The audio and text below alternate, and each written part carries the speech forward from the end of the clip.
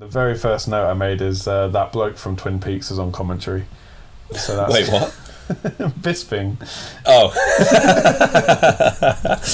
Oh. See, I've got some general notes here.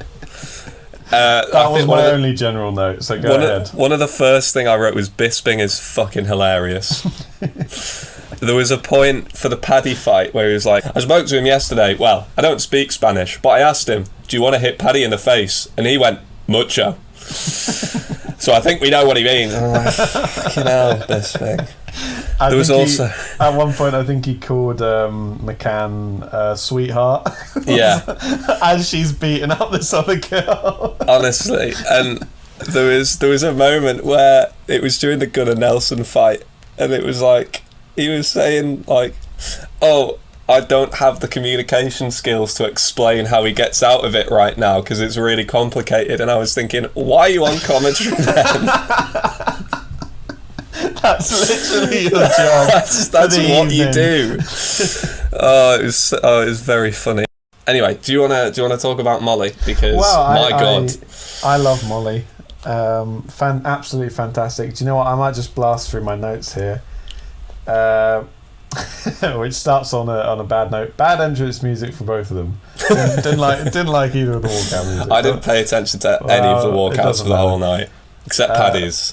So, and these are notes as opposed to the Batman notes where I made them after the fact. These are notes I'm making as I'm watching. So there is likely to be a riot if Molly loses. Crowd is super into it. Even the ref got a good pop when his name was announced, just because everyone's so fucking buzzed. Like they want to. If Bisping got up and got in the ring at that point, everyone would have been like, "Whoa!" Everyone's so happy. Ref says, "Have fun, ladies," which made me laugh. Hot start. Carolina. Yeah, Carolina. Carolina bleeding. Unbelievably, Molly isn't getting tired. That was right after probably her second or third massive flurry. Honestly. I mean, this is still round one. By the time round 3 and she's still not tired, I mean, bloody hell. Molly showing off at the end of the fight, which everyone enjoyed, but unfortunately did indeed get her punched in the face because she was like showboating and she just got clocked, which was funny. One of the commentators, probably Bisping, called Molly sweetheart, which annoyed me. Nice slam from Molly. Not much happening on the floor. I'm surprised they didn't get stood up sooner. Molly lets her up. Fun takedown from Molly to end the round. That's when she just like slammed her on the back and was just like, "Way!" Yeah. Fuck you. Nice hug to start the final round. I'm not sure why they did that. I don't know what happened at maybe they talked about something at the end of the second round. Molly is now getting tired. This is like deep into the third round. And then, of course, sudden spinning back elbow. Holy shit, she should be called Mighty Molly. I love this fight. Awesome. She's so lovely. Great post-match promo. I just want to give her a little hug. She's such a little fighting a little fighting girl, and she fought well. So top marks for Mighty 100%. Molly, Mighty Meatball Molly McCann. 100%. No, I fully agree. I mean, it finally quashes that age-old question: who's harder, Scousers or people from the favela? And the Scousers won with a spinning elbow. It was absolutely outrageous. But yeah, I mean, in the first round, all that she had to do was close the gap because Carolina was taller and had more reach, and she did exactly that. Just got in her face and just threw. It was brilliant.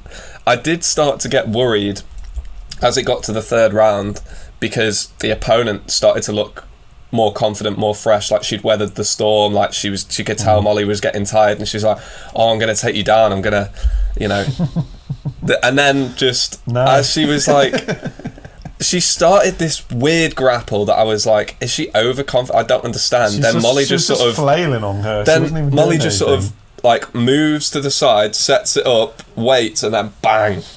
She meant that so much. It honestly, knockout of the year so far. Yeah. I mean, we didn't see the opponent again, did we? Not even in the post-match. I think she might have been carried out. So my understanding is she got up very gingerly and did walk out, but it took a little while Yeah, It she like was. I mean, her that, eyes. honestly, the way she hit the camera like a fucking accordion. It was not good. It was funny because when we saw it happen in real time, I thought it was a spinning back fist just because of how she moved, and the girl went down, and obviously it was like, fight's over. But when she was like just completely glazed and not moving, and I was like, God damn, it can't have been that. I mean, I've never been hit with a spinning back fist, but from what I understand, you can't get that much power into it. Like it's and hard, they're wearing gloves. Yeah, but no, it was an elbow. An elbow in the temple while you're not paying attention must be the most devastating shit in the world. So absolutely fair play to Molly, fair play to the opponent for not dying. Just to be fantastic. Fair, to get up and walk away from that is unbelievable. But yeah, I mean, crazy. So a great fight, and then she paid tribute to Paddy, whose fight was coming up later, who we all love.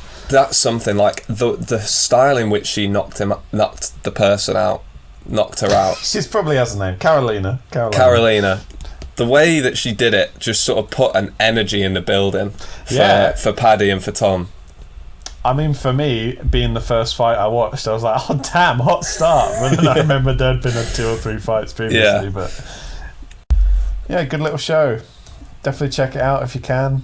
Oh, definitely watch the highlights. If you watch one thing, watch Molly McCann's fucking killer knockout. I mean, I would even say if you're going to watch one fight, I mean, obviously it's a bit longer, but just like Molly, the underdog, and I don't even know if she was an underdog. She might have been the favourite, but just I think she was the favourite, but she's just like when you see her, she's so small. And like they even make a thing of it. I've never seen it before, where in the pre-match statistics, side-by-side statistics, they had like her reach was, as you mentioned, tiny. So much less than her opponents. Like they had it highlighted in red.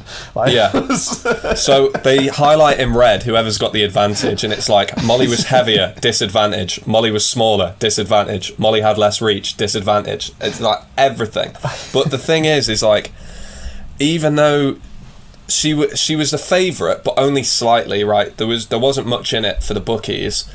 But it's like when you come up against a long opponent who's a submission specialist, who's taller than you, who has more reach, like it's so dangerous. Yeah. It is so dangerous. Anything can happen. And anything did happen. Yeah, I'd say the entire fight is worth a watch just for Molly's determined face and it was, and even her showboating was quite fun, but then especially that finish, definitely a good. It was time. One of the most entertaining fights of the night. I feel like Paddy didn't get what he wanted. What Paddy wanted was they stand up for a bit, slug it out, get some sick punches for the highlight reel, then he submits him, or does a fucking flying triangle. Mate,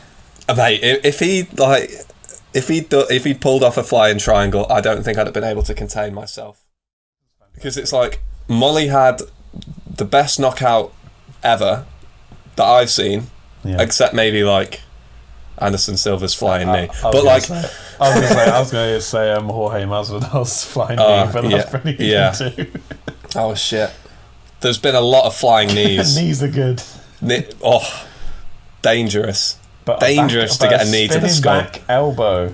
God damn. Honestly, it was chef's kiss. Fantastic.